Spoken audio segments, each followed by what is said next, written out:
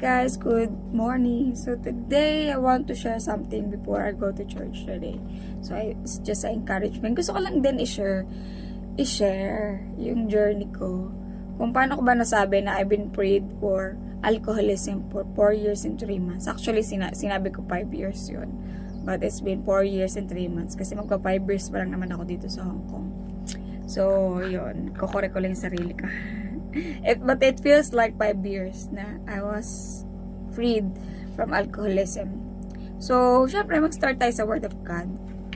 Start tayo sa Word of God. Ito yung assurance, my favorite, one of my favorite assurance ni Lord for us sa Bible. So, ito yung assurance of victory na sa 1 Corinthians 10:13. So, sabi dito, no temptation has seized you except what is common to man. And God is faithful. He will not let you be tempted beyond what you can bear. But when you are tempted, He will also provide a way out so that you can stand up under it. So, it's a very powerful, beautiful verse na nalaman ko sa Bible na there's assurance of victory upon temptation and over sin. So, yung akala kasi natin minsan na when we sin against God, di ba normally tayo ang ginagawa nating ang inaano sa atin ng pinaplan sa atin ng kaaway when we sin against God is pinaano niya tayo na mahina tayo, na makasalanan ka na yung parang hindi mo na kaya magbago, ganyan. Ayun yung talagang inaano sa atin, inaatake sa atin ng kaaway sa isip natin na yung alam mo yon, yung nire-remind ka parate sa sin mo, and talaga na sabi na hindi ka na makakalaya dyan sa alcoholism. Dito ako, sa akin na lang, in my experience, alcoholism, sexual immorality, yung pornography, ano pa ba, marami sa akin patuloy binabago si Lord na inalis niya ako sa wrong relationship, alam mo yon, yung mga ganon. And yeah, and it's really with the grace of God talaga, si Lord lang talaga yung kayang magbago sa akin. Ayun yung unang nga sa alcoholism. It's been 4 years and I praise God and thank God. I cannot boast myself. Alam mo yun, hindi ko kayang magyabang dito. And kaya, hindi ko rin kaya i-share to kung sa sarili kong kakayanan, di ba? Kasi people will judge me, condemn me for my past, kung ano yung mga naging buhay ko noon. People can judge me, but I can boast and kaya kong ipagmayabang kung paano ako binago ng Lord, kasi hindi ko naman kayang baguhin yung sarili ko. And may sarili kong kakayahanan, hindi ko siya kayang baguhin. Yung mga areas ng life ko na kailangan kong baguhin, hindi ko siya kayang gawin sa sarili kong kakayanan. So, ito yung assurance ni Lord na sabi nga niya, no temptation has seized you except is common to man. So, ito yung unang reality na kailangan natin malaman, na those things na is common, yung temptation is common for us. We will experience it even as a Christian na nakilala mo na ang Panginoon, nagkaroon na ka ng relasyon sa Kanya. Hindi tayo exempted sa temptation. Hindi tayo exempted na magkaroon ng kasalanan. Because we all have sinned and fall short of the glory of God. Ayun sa Romans, sabi yan. Sa book of Romans. So, sinabi yan na we all have sinned. Ibig sabihin, and fall short glory of God. Lahat tayo. Walang magsasabi na hindi nagkasala at makasalanan. Dahil kung sinabi mo yon, ikaw ay sinungaling. Sabi. Ayun yung sabi sa Bible na pag sinabi mo hindi ka nagkakasala, pag ito sa 1 John 8:10, sabi niya, if we claim to be without sin, we deceive ourselves. Diba? Niloloko lang natin yung sarili natin pag sinasabi natin hindi tayo nagkasala. And ayun nga, kung ako talaga, I didn't know yung gravity ng sin and kung ano yung ginawa ni Jesus sa cross. Kasi normally, di ba, nandidiscuss lang naman natin yung cross, yung ako personally, yung parang yung naano natin, yung gaano kabuti ang Diyos ang Panginoong Jesus, kung paano niya tayo tinubos sa kasalanan, di ba? Kasi sabi nga sa sa Romans 10, the wages of sin is death. Ang kabayaran ng kasalanan ay kamatayan. So Jesus paid yung penalty natin sa kasalanan, and yeah, that's what the gravity ng kasalanan. He died for us kasi ayaw niya tayo pumunta lahat sa hell. And because of sin, we are really all bound to hell, diba? So because of Jesus, because of what He did on the cross, He paid for that price, for that, alam mo yun, sa kasalanan natin.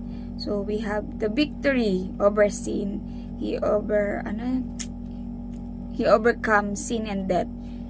So when He rose again from the dead, diba? So that's our hope, that there is victory over sin, because He did it anyway. So if we receive Christ, if we truly receive Christ as our Lord and Savior, ito yung victory na merong escape, meron tayong hope in Christ Jesus na makakalaya tayo. Ito nga sabi nga, di ba, sabi niya, yung temptation is common to man. Sabi niya, God is faithful and He will not let you be tempted beyond what you can bear. But when you are tempted, ito yung sabi, but when you are tempted, He will also provide a way out so you can stand up under it. So, sabi niya, di ba, ito yung pero pag na-tempt ka, nag-fail tayo, is ito yung provision ni Lord na He will also provide a way out so you can stand up under it. Kasi, sometimes in my life na I thought hindi na ako makakaalis sa sitwasyon na yun. And kasi I really don't know yung provision ni Lord, yung promise niya na there's a way out. There's a way out. Now, I can share it to you kasi meron talagang way out si Lord na ginawa sa buhay ko. It's not instant. It takes years. Paano nangyari yon? But I'm still grateful and blessed na nangyari sa buhay ko yun. Nakaalis ako sa lugar na yon, sa sitwasyon ko. Kasi talagang kailangan alisin ka muna ni Lord. Totoo lang. Kailangan kanya alisin sa mga ganun. Marami siyang way na ginawa. Alam mo yung unang ginawa niya for me to realize. First, yung pandemic. For me, ngayon, na-realize ko, it's one of the way out na provide niya for me. Kasi talagang shutdown lahat ng business. Alam mo yun, shutdown. Everything is shutdown. Talagang, alam mo yun, hindi ka makapag-depend sa tao, sa trabaho mo, hindi ka makapag-depend sa savings mo. Kasi lahat yun, walang guaranteed. Yung buhay nga, di ba, hindi natin guaranteed yung buhay natin. Sabi nga sa Bible, yung buhay natin is like usok. Alam mo yun, usok lang, na parang mawawala ka lang, isa ka na lang ala-ala. Alam mo yun, so talagang grabe, powerful yung Word of God ngayon as I read His Word, na nalalaman ko yung Word of God, talagang grabe. Talagang yung nangyari noon, nangyari ngayon at mangyayari sa future is nakasulat na sa Bible. And binigyan na tayo ng, alam mo yon, ng warning, provision, promises and premises na dapat natin gawin right now. Kasi this world is so evil. Totoo talaga, this world is so dark. Makikita naman natin yun sa family, diba? Over yung buhay ng friends natin, buhay ng tao, so dark. Kung wala ang Diyos sa buhay natin, hindi ko na lang alam. Yun, yung parang mawala ka talaga ng pag-asa. But by the grace of God, He will provide a way out so we can stand up under it. So, ayun na, going back no sa alcoholism na ginawa ko. Sabi ko, yung totoo lang, alam mo yun na, sabi nga doon sa word na, ito yung sabi din sa salita ng Diyos. Sa Ephesians 5:18, sabi, do not be drunk with wine because of that will ruin your life. Instead, be filled with the Holy Spirit. So, totoo yan guys. Ako, kung babalikan ko, sa lahat ng mga nakakilala sa akin, When I drank, talagang ano ako, bangka, naging bangka, tapos medyo may pagka ano ako, taklesa ba yung word na yon, na real talk when paglasing ako, real talk talaga. And I know for a fact, and I ask for forgiveness din sa Lord din. Alam mo yon, nakakahiya. Ngayon ma-realize ko, nakakahiya yung mga pinagagawa ko noon, mga pinagsasabi ko, mga action na nagagawa ko when I drink. And talagang it will ruin your life, 'di ba? Totoo naman, we know that for a fact na it will really ruin your life. Una, physically, will ruin your body, 'di ba? Yun nga, shrink yung utak mo, slow ka, slow down. So, yun, and then magkakasakit ka, possibly magkakasakit ka kasi na mag-aayaw na yung late liver mo tsaka kidney mo na gano'n na hindi napapabayaan mo na akala natin din alcohol is a answer pag may problema tayo, na akala natin ay makakapag-resolve, di ba? Kasi sabi nga, pag may alak may tapang, at pag may alak may balak, di ba? Lahat ng maling desisyon is mapoprovide or mangyayari pag may alak ka sa katawan, di ba? Nagkakaroon ka ng lakas ng loob. Alam mo, to speak out yung mga hindi mo nagagawa pag normal ka. So, parang nagiging ito yung justification natin when we do things na hindi natin akalain magagawa natin because we're just drunk. Parang yung normally, ito yung magiging justification natin when we do things na hindi okay. So, ayun yung nangyari sa akin, and I feel like, di ba, alam mo yun, hindi ka makakagawa talaga ng desisyon when you're drunk. And talagang, iba yung nagagawang desisyon. And except, sabi nga, be filled with the Holy Spirit. When the Holy speak to you, and ito yung helper natin, when we receive Christ sa buhay natin as our Lord and Savior. Sabi ng Lord sa Bible, ang Holy Spirit is gonna be our helper to do the right thing, to do what God's want us to do. Magkakaroon tayo ng discerning, conviction in our heart. Yung aayawan talaga natin yung mga bagay na ayaw ng Lord sa atin, 'di ba? So, ako, hindi ko yung maaayawan kasi I know kung noon, babalikan ko yung buhay ko, hindi ko yung maaayawan kasi I can say no kasi the Holy Spirit is not live, di ba? Hindi pa nananahan sa akin ng banal na espiritu. Wala pa. Kasi tinanggap ko lang si Jesus sa buhay ko sa salita, pero hindi sa puso ko. At hindi rin sa gawa. So, ayun yung difference noon, na yung buhay ko noon. Kasi kilala ko ang Panginoong Jesus, pero wala akong relasyon sa Kanya. I don't know how Holy Spirit works sa buhay ko. I know there's a God. I know He died for us. I know He died for me. And every Semana Santa ko lang yun na Pero after, alam mo yun, when you go to church, you ask for forgiveness, you confess your sin, whatever. But you still do things that you know that God's don't want you to do. Alam mo yun, ito rin yung ko, I don't judge people who still on the slavery of alcoholism, or anything na sin against God. But talagang we need to renew our mind.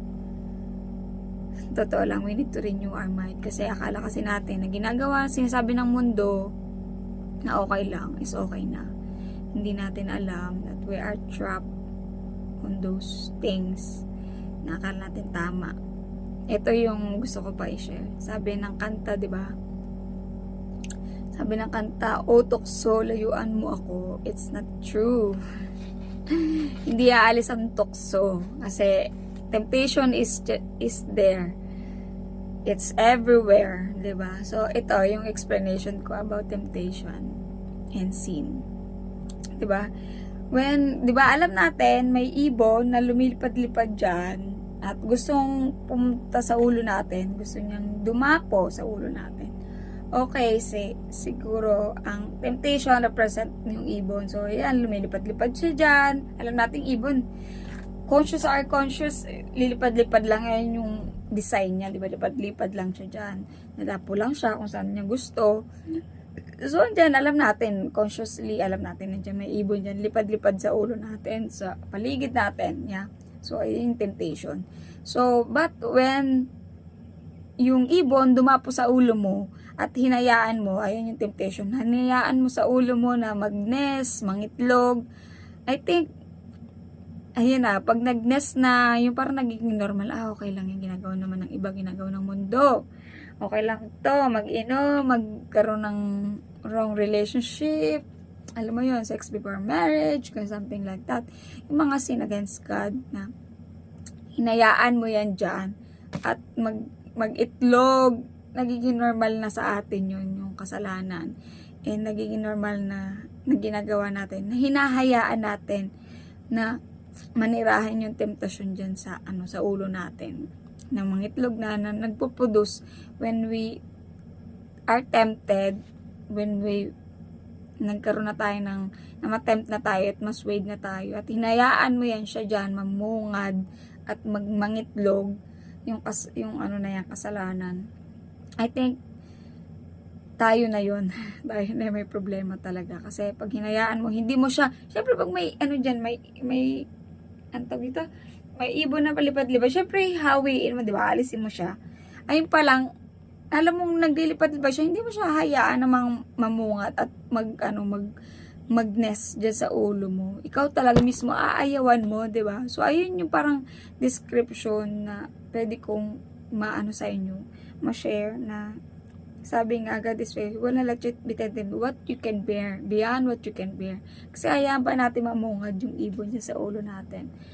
But kaya nating talaga. Alam mo yon, kailangan natin ialis yung sarili natin doon. Diba? Kung yan dyan ipad-lipad-lipad na yan, ayaw kanyang bitawan, ayaw kanyang layuan, syempre ikaw yung aalis para layuan kanya. So, ayun, parang ganun yun. So, hindi totoo yung sinasabi ng kanta na, tukso, layuan mo ako. Ikaw ang lalay sa tukso. Ayun, yung sinabi ng word. And sinabi rin din sa word of God yan. Sabi niya dito, sa James 4:17, submit yourself then to God, resist the devil, and he will flee from you. Diba? Una, submit to God, surrender yourself to God, and ask for help na mapaglabanan mo yung temptasyon na to, yung mga kasalanan na to. Resist the devil. Talagang kailangan mo siya. Umayaw ko, say no. We need to say no. Kailangan, or kung sa sitwasyon na yan na alam mo matetempt ka dyan, kung ako sa alcohol, diba? Alam ko matetempt ako dyan. Alam ko yung weakness ko na I'm still on the work in progress. Hindi ako uupo dyan sa sitwasyon na yan. Alam mo yon, hindi ka inom sa grupo na nagiinom. Manood sa kanila kasi there's possibility 99.9% na you will be swayed, especially kung pipilit nila or talagang madadala ka. Yung talagang we are weak. Yung flesh natin mahina talaga. So, we need to resist. So, tayo aalis ka doon sa sitwasyon na yon. Kasi pag hindi tayo umalis doon, we're still willingly, alam mo yon, we want this. Gusto mo pa rin, na matempt, ganyan. So, and he will flee from you. Aalis yan siya. Aalis ang kaaway. When we say no, yan. Aalis talaga siya. Alam mo, marami na akong, until now, I'm still in the work in progress talaga. Hindi ko masasabi in 4 years ko na naging ganun kadali na umiwas. But I need to draw a line. I need to decide. I need to say no. And they know that. Mga friends ko, they know that. And my family, we know that. They know that. When I stick on yung ko ngayon, yung goal ko. 'Di ba? So, yeah, hindi siya madali, hindi siya easy, but by the grace of God, na naman, napagtatagumpayan naman. Pero it's still the battle. Yan, everyday battle yan. Na hindi lang sa alcohol, sa isip, sa salita, sa gawa. Battle yan, lahat yan. So, sa alcoholism, I praise God kasi nawala ako doon sa sitwasyon ko na yon. I mean, yung sa environment ko, una, nawala ako sa ganun. And talagang, ngayon, I can talagang say na, no na talaga. No na talaga kasi I decided talaga na to do the right thing, to alam mo yun, hindi lang for me but sa mata ng Diyos. Ayun lang din yung ko, ayun yung goal ko, yung run ko in this earth, in this world, habang, di ba, I was still here kasi hindi naman tayo forever dito, but ayun yung battle na lagi ko pa rin tinatakbo sa buhay ko ngayon dito. So, yun lang. And encouragement ko, don't lose hope. And I pray and na magkaroon ka rin ng tayo ngayon lahat ng opportunity to know the Lord, to know Jesus, to have relationship to Jesus. Kasi we cannot do anything without God sa buhay natin. And without the Holy Spirit who will help us, to rebuke us, to correct us sa mga maling gawa, maling kaisipan na nalaman natin noon.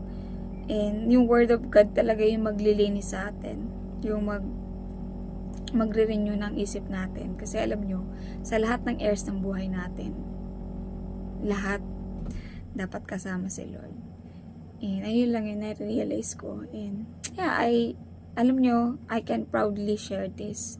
Kasi siya yung nagbago sa akin eh. Hindi ko kayang baguhin sarili ko. Hindi ko kayang alisin yung sitwasyon ng sarili kong paraan. But with si Lord lang talaga yung nag-give way, naggawa ng way for me to makaalis sa sitwasyon na yun. So marami pa siya sa akin binabago, hindi lang yung alcoholism. There's more to improve, there's more to marami na akong pinag-pray na He answered. And syempre, pag may weakness ka, the enemy will always try to remind you what you did on the past. And ayun pa rin yung work in progress sa akin. But I have assurance na. And the difference is, I have assurance in the Lord that He will never leave me nor forsake me. And He will always be with me. And the path is not just, I'm not doing it alone, but I'm with Him. Ayun lang guys. Ayun lang, haba na to, 23 minutes siya. Thank you for watching. God bless you. And see you in a few days. See you. Bye. God bless.